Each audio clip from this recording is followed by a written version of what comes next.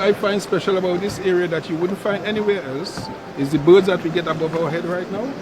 I mean the kind of snorkeling and stuff that we get here, you can't find it elsewhere.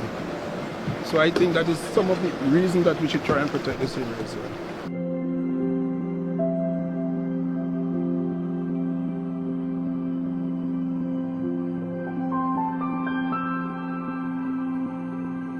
We are responsible for the protection of the marine protected areas in Tobago. We are totally excited about the new proposed North East Tobago Marine Park.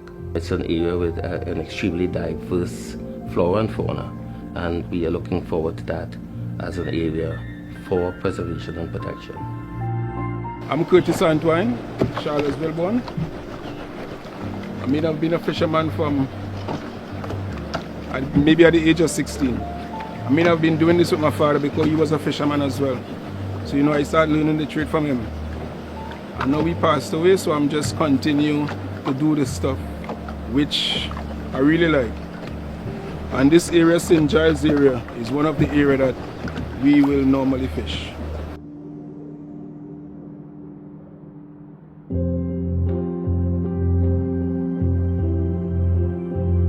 Currently, there are 3 protected areas in North East Tobago. One is the main Rich Forest Reserve, which is the oldest tropical rainforest reserve in the world. Then there is Little Tobago, an important international bird sanctuary, and St. Giles, which is another small islet, also an important international birding area. Right now, you're in St. Giles area, one of our most popular fishing ground. I mean, this St. Giles area is pretty interesting because we have a lot of tourists, you know, come to look at the birds and stuff like that. I mean, and this area where we're sitting here, St. Giles Bay, as we call it, is one of the great areas for snorkeling. I mean, the kind of thing that you see out here, you would not be able to see it in shore, because I want to believe because you're more out at the ocean, so the life out here is a bit different than what you can normally get inside.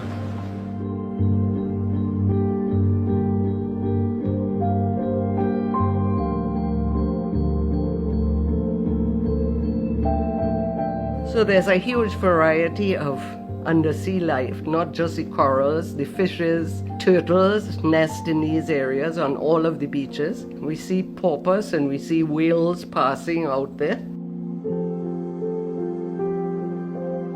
It is important to protect this area because of the diversity in marine life, both out at sea and on land, and therefore it's an excellent area to incorporate the concept of rich to reef management. The rich to reef concept really tries to explain that reefs are not isolated from forests and rivers, as well as the forests are not isolated from reefs. We start with the forest and its connection to everything below. The water supply is food that goes into these areas. The use of a wetland for straining, I would put it, the mud out of the water. That is what a wetland does.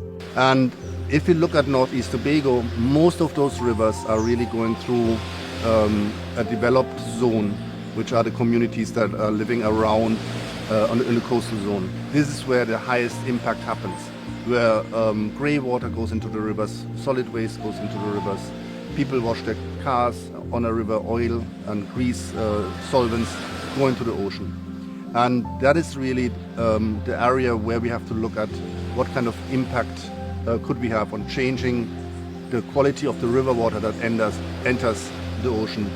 Because it's coming pristine from the river, from the ridges, and it should go pristine back into the ocean in order to maintain the health of the reefs. If left without any protection, there'll come a time when what we would have enjoyed as individuals today will no longer be available to the future generation. And we are hoping that with good management practices that we are able to make sure that it is there long after that we have passed on. I have seen some changes from my childhood to now. We have seen significant catch in some of the species that are known to be near shore. For example, the anchovies. We have seen significant decrease in catches like that from our seine fisherfolk. For the last maybe 15, 20 years, the kind of fish I used to be catching and the kind of fish I used to be seeing other people catching, we have depleted a little bit. I mean, one of the birds that we always look for and not seeing more is the Mars booby. We have been looking for the Mars booby for the last year or two, and we haven't seen it. If we see, it might be just one in flight. If we would take this into really calculate it into a budgetary equation, then we would see that it would really make sense to invest something into these resources and to maintain them, because that is really a natural heritage, an asset that North East Tobago has. And if we destroy it, we destroy the cultural baseline of the communities, we destroy the economic baseline of these communities. It would be would lead to more or less more and more people would leave North East Tobago and be uprooted from their heritage. I've been doing tours for probably the last 10 to 12 years. And I mean, it's something that I really like as well, you know, to interact with people, you know, sharing different ideas, learning different stuff. They learn stuff from me and stuff like that. So I mean, it's something I would like to continue to do and love doing. To me, one of the greatest wish that I have is that we could all grow and develop within the space, but make sure we leave it in as much better condition for our future generations to inherit. The vision, I think, should as well be that people in North East Tobago are really proud and express this pride in their natural and cultural heritage and see themselves as the stewards of this extraordinary place.